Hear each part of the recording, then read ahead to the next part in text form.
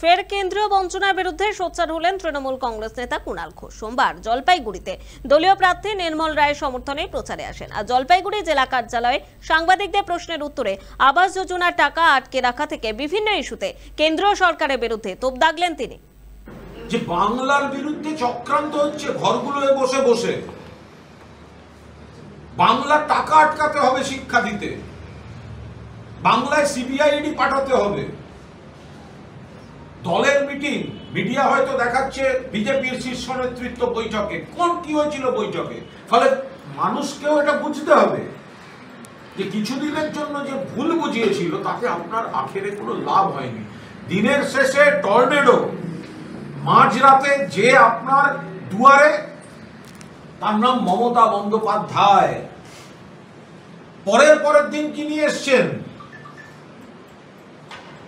প্রধানমন্ত্রী। তার ভাষণে একটা অক্ষর ছিল না টর্নেডো নিয়ে, একটা শব্দ ছিল না।